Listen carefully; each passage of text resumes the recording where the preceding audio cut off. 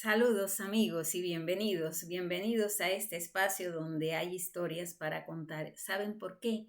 Porque en la medida que yo les cuento lo que yo descubrí o lo que yo aprendí o lo que yo conocí y ustedes me transmiten las experiencias vividas, ambos aprendemos más. Aquí no importa la edad, aquí no importa la etapa en que llegamos al conocimiento de la verdad. Aquí lo que importa es el deseo de saber todo lo que ocurrió, saber la verdad de nuestra historia, de nuestros orígenes y ayudar a los demás a comprenderlo, a entenderlo.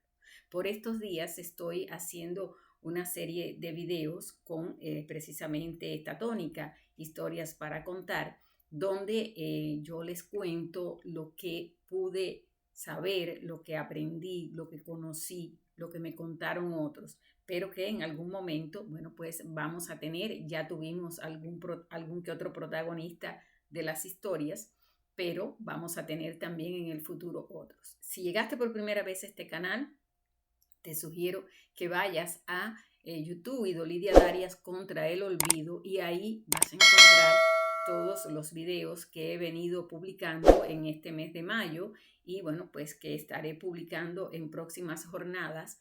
Y si no quieres verlos todos y quieres enfocarte en esta parte de historias para contar, bueno, pues ya pones arriba en el buscador historias para contar y vas a tener las publicadas hasta ahora, que como ya les he venido diciendo, muchas de ellas pude conocerlas, pude saber de esas historias cuando hice una investigación en la zona del Escambray, en la zona de Nicaragua, para hacer este libro y también otros libros que hay por ahí, por Amazon, publicados en los que yo he tomado parte, como es Cautivos, el que está dedicado a los pueblos cautivos y a todos los hombres y mujeres que sacaron por la fuerza del Escambray, y también el otro que se titula Escambray, Osvaldo Ramírez, El camino del guerrero en la batalla de Siguar. Bueno, vamos entonces a lo que nos trae hoy, que es la historia de Moraima Caballero. Moraima Caballero es una mujer que trascendió, pero nos acompañará siempre, porque la dulzura, pero al mismo tiempo la fe, el coraje y la entereza, bueno, pues ha sido transmitida, por lo menos en mi caso, a mí, a su familia, a sus amigos. Ha sido, bueno, pues para mí un honor haberla conocido, haber compartido con ella y sobre todas las cosas que ella accediera a contarme su historia. En la página 101 de este libro está el testimonio que ella me dio, porque esta mujer es una de las víctimas de la dictadura, una de las víctimas de toda esa acción brutal que ejerció la dictadura contra cientos de familias en la zona del Escambray cuando las, llevó por la fuerza en distintas etapas y en distintas jornadas hacia Pinar del Río, en lo que devino después con el nombre de pueblos cautivos. Pero bueno, la historia hoy es de Moraima, es de esta mujer que, como ella cuenta en este libro, casi sin darse cuenta, se vio de una ama de casa encargada de criar a sus hijos y de formar su familia en el Escambray, a una mujer prisionera en una casa en La Habana, en la zona de Miramar, prisionera, embarazada, con una niña pequeña, con otros familiares alrededor de ella, vigilada, controlada, sin saber incluso cuál iba a ser su futuro. Moraima Caballero me dijo cuando yo la entrevisté, y si ustedes, ya les digo, quieren leerlo en este libro, está en la página 101, que el comunismo quiso destruirla a ella, quiso destruir a su familia, quiso destruir a los hombres y mujeres del Escambray en todos los sentidos. Pero ella me dijo, no pudieron, porque ni perdimos la fe en Dios, ni destruyó el amor y la unión de mi familia. Y ella hablaba de su familia, pero orgullosa también de la familia de sus vecinos, de sus conocidos y de otras familias que ella conoció cuando fue a vivir a los pueblos cautivos. Ella era natural del poblado de Santi Espíritus y muy joven se casó y se fue a vivir en el campo en una zona cercana a la carretera que une a Santi Espíritus con Trinidad. Ellos tenían una finca próspera y que era propiedad de la familia de su esposo. Pero en 1960, su esposo, el suegro y los cuñados que vivían en la finca de la familia comenzaron a ayudar a los hombres que se estaban alzando en las montañas contra el régimen tiránico que se estaba instaurando. Les enviaban comida y otros avituallamientos, en particular al grupo, a la guerrilla o al grupo de insurgentes comandado por Osvaldo Ramírez. Dice que en ese momento ellos recogían los pertrechos, los alimentos, las medicinas. Ellos son los alzados, ellos son los insurgentes, ellos los patriotas. Recogían los pertrechos, los alimentos y todo lo que se les fuera a enviar en sitios, en lugares que habían sido previamente acordados. Y esto lógicamente era lo que ayudaba a que la milicia no los detectara, ni al que colaboraba, ni al que recibía la colaboración. Las mujeres de la familia, me decía ella, estaban enteradas de todos los detalles en el sentido de que ayudaban, pero ellas no sabían dónde era, cómo se iba a hacer la colaboración, porque los hombres mantenían esa compartimentación para evitar que les reprimieran a sus hijos menores, a los ancianos. Y por esa razón, ella no me pudo dar detalles exactos de las colaboraciones, puesto que, en definitiva, para ella saber que su familia ayudaba ya era suficiente. Y de todas formas, en ocasiones había que preparar alimentos y los preparaban las mujeres de las casas. No era necesario saber exactamente el otro detalle. Lo que sí era importante era saber que iba a ayudar a esos hombres a mantenerse fuertes y alimentados para lo que venía. Dice ella que, ya en el 1963, en el mes de octubre, a su casa llegaron unos hombres y citaron a los hombres de su familia, o sea, su esposo, su suegro, sus cuñados, que se debían presentar en la localidad de Santi Espíritus, que allí les iban a tomar una declaración.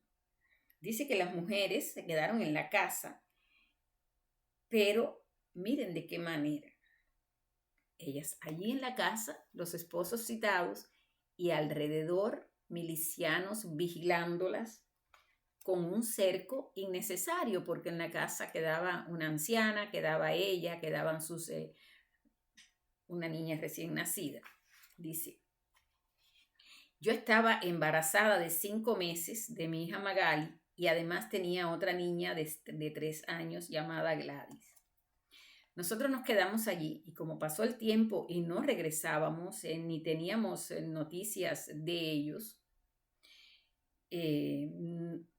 no podíamos imaginar lo que pudiera estar pasando, pero bueno, ella siempre se quedó con mucho temor, de ahí que decidió ir a Santi Espíritus a indagar por el esposo y los demás.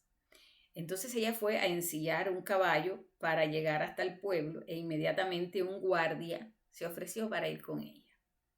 Ensilló otro caballo para acompañarme, dijo ella, pero que lógicamente se negó. Le dije que yo iba a regresar sola y que yo regresaba sola, y así lo hice. Pero de todas formas, el hombre fue detrás de ella vigilándola.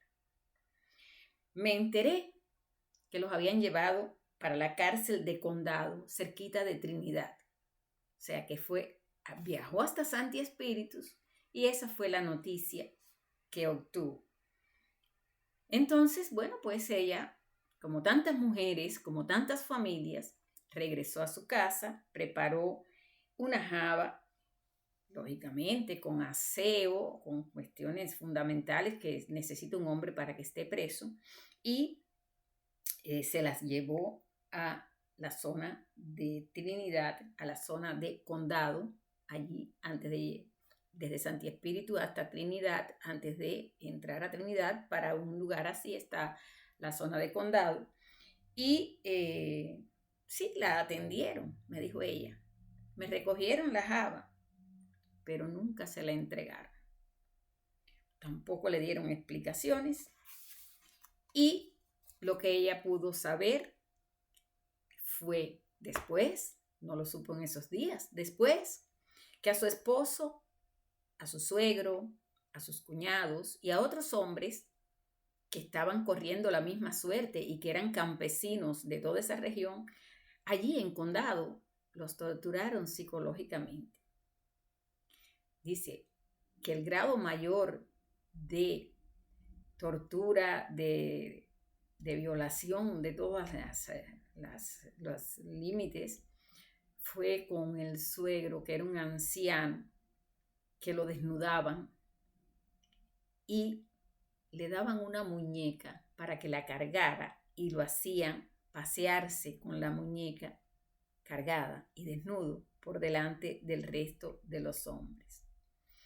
Dice que su suegro era un hombre, bueno, como todos los campesinos, como todos los hombres decentes, como todos los hombres de ética y de principios, porque Cuba ha tenido muchos hombres de una ética firme, de unos principios tremendos. Dice que su suegro se vio muy mal, que eso marcó para siempre a su suegro, porque nunca pensó haber recibido una humillación y un vejamen de tal altura. Para un hombre, tal vez para algunos que vivan de otra manera, andar desnudo, pasearse delante de los demás, pero un campesino que nunca había salido de los límites de su casa, un campesino dedicado al trabajo, a la familia, con mucho honor, con mucha seriedad, eso lógicamente forma parte de una de las humillaciones más grandes que le pueden hacer a un hombre. Ella dice que todo eso lo conoció muchos años después, cuando él se pudo reunir con el esposo y las hijas. Porque pasaron los días, su familia seguía, su esposo, sus cuñados y su suegro seguían presos en Condado, y ella, con su hija, con su suegra, las cuñadas, los que vivían en aquella finca, no se podían mover, no podían salir constantemente alrededor de la casa. Bueno, pues había vigilancia, estaban los infames milicianos allí vigilando. Dice que ya como el 11 o 12 de noviembre, o sea, había pasado un mes, ella no recuerda exactamente, solo sabe que ya había pasado un mes, lo que debe ser posterior al 11 de noviembre. Vino hasta la casa un carro de milicianos y el que parecía el jefe les habló a los demás que estaban allí, y aunque ella no pudo escucharlo, de cierta manera algunas frases le llegaron a sus oídos cuando el hombre dijo: estas mujeres tienen que ir a coger una guagua que viene a buscarlas, a las buenas o a las malas. Y eso fue lo que vino después. Ella dice que no podía imaginar aquello, que ella se quedó así: ¿dónde nos van a llevar? ¿Qué van a hacer con nosotros? Ya su esposo, su familia estaba supuestamente, creía ella, presos allí en Condado, estaban allí supuestamente. Ella pensaba que tal vez le hubieran dado lo que ella le entregó, lo del aseo personal. Ella, bueno, pues solo sabe que después que oyó aquello, pasado un tiempo, llegó a su casa una guagua. Y les dijeron arriba, todos a subir acá. Lógico, en su casa solo había mujeres, ancianas y niñas.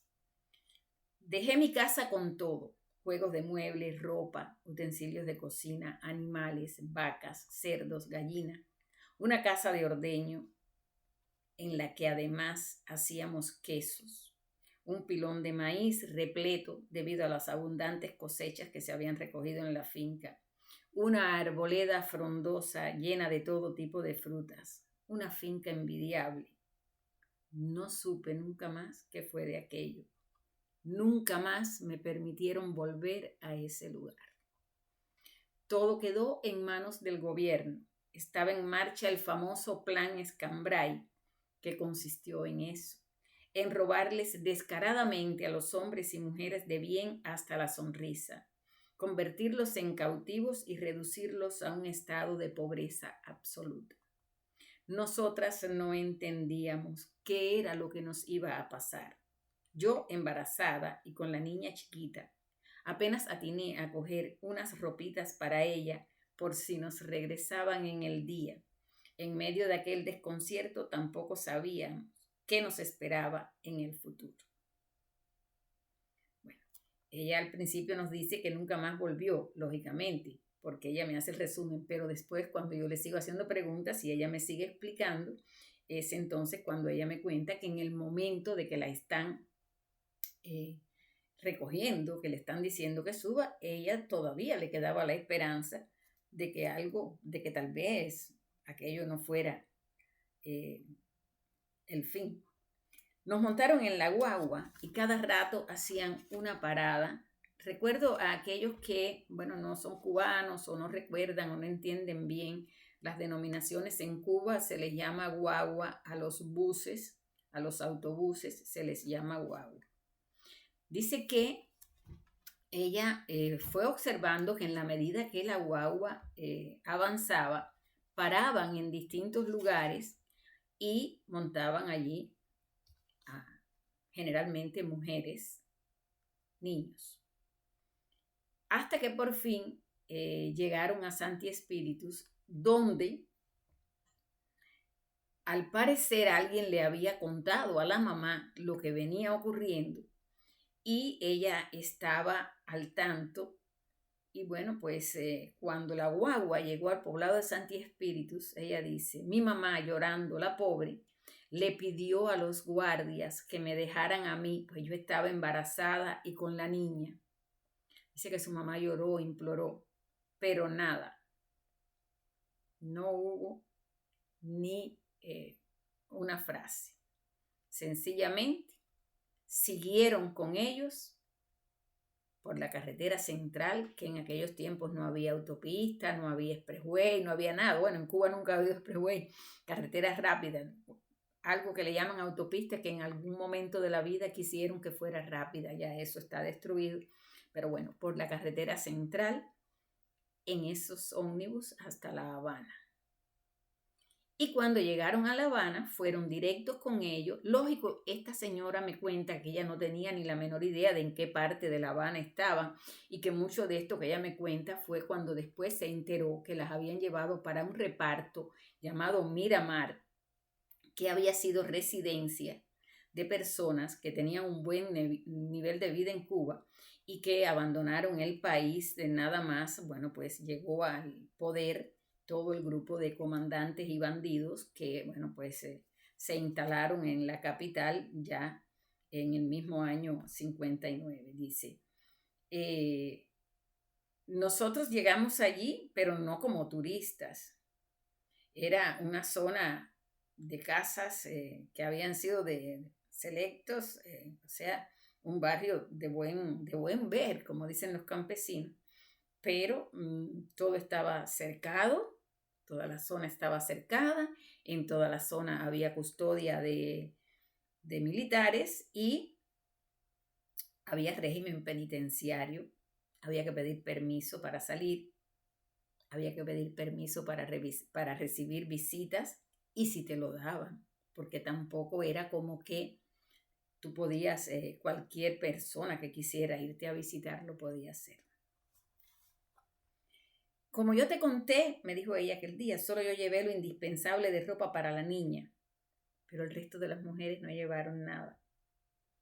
Mi niña Gladys no comía casi, y yo, como tenía en mi casa condiciones, la alimentaba bien buscando siempre cocinarle lo que a ella le gustaba, pero en aquel lugar la comida era la misma para todos y desde luego pésima. Yo la veía delgadita, se había puesto delgadita. Yo estaba embarazada, yo no tenía una ropita para cuando naciera mi bebé, no tenía un pañito para arroparlo, nada.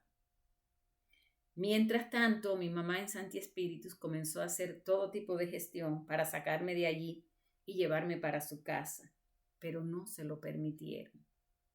Hay que ver hasta dónde llega la crueldad, amigos, hay que ver. Por esta fecha, yo no tenía idea de dónde estaba mi esposo ni mi suegro, tampoco sus cuñados, y mucho menos sabía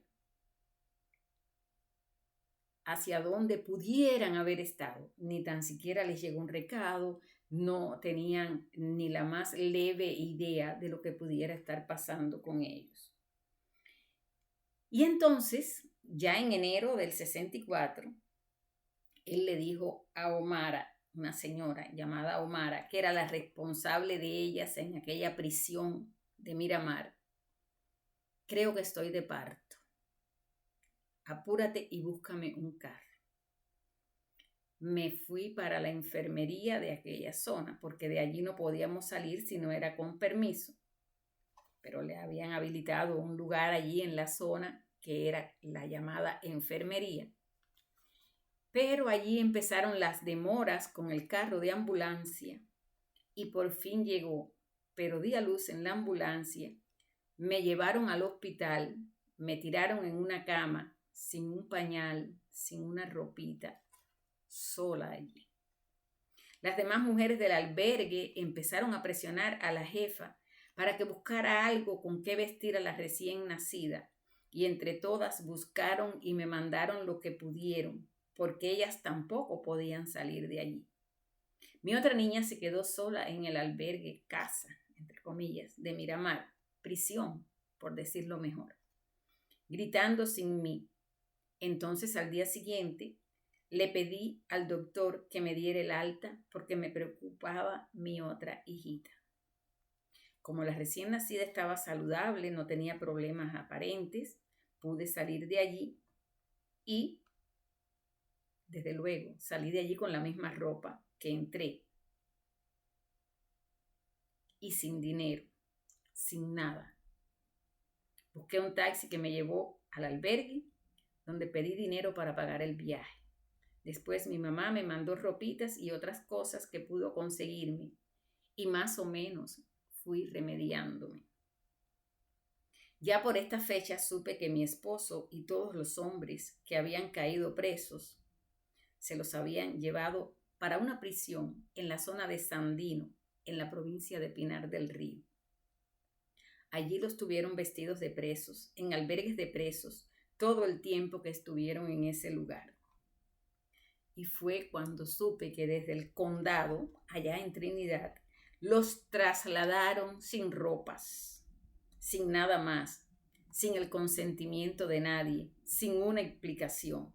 Tanto ellos como nosotros nos convertimos en una propiedad privada del comunismo. Fuimos los seres que el famoso Plan Escambray convirtió en esclavos modernos. Amigos, esto continúa.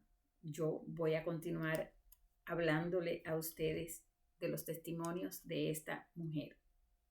Porque bueno, ella, como les dije al principio, me dijo, yo era católica, yo era una mujer de profunda fe, de ir a iglesia, de, hacer cada domingo en las misas, orar, recibir la comunión. Y cuando llegamos a Sandino, allí no había ningún atisbo de que fueran a permitir creer en Dios. Entonces los invito al próximo capítulo, al próximo video, donde termino esta historia y les cuento entonces un poquito más de lo que es haber pasado por esas horrendas cárceles y también, bueno, pues decirles que esas niñas que ella cuenta están viviendo en Estados Unidos, que Moraima después pudo venir a Estados Unidos como refugiada política y bueno, pues ya aquí en la sala de su casa, con toda la calma, con toda la dulzura, me contó su historia. Como siempre te pido, si no te has sumado a seguir el canal, da clic a la derecha en la campanita. Pero por sobre todas las cosas, lo que te pido es que lo compartas, que se los envíes a tus amigos, que se los hagas llegar a tus conocidos. Y quién sabe si alguien de ustedes se anima a, contarme su historia. Aquí, precisamente en Florida, viven decenas de hombres y mujeres que tienen muchas anécdotas, que tienen muchas historias, y yo sé que poco a poco me las van a ir contando.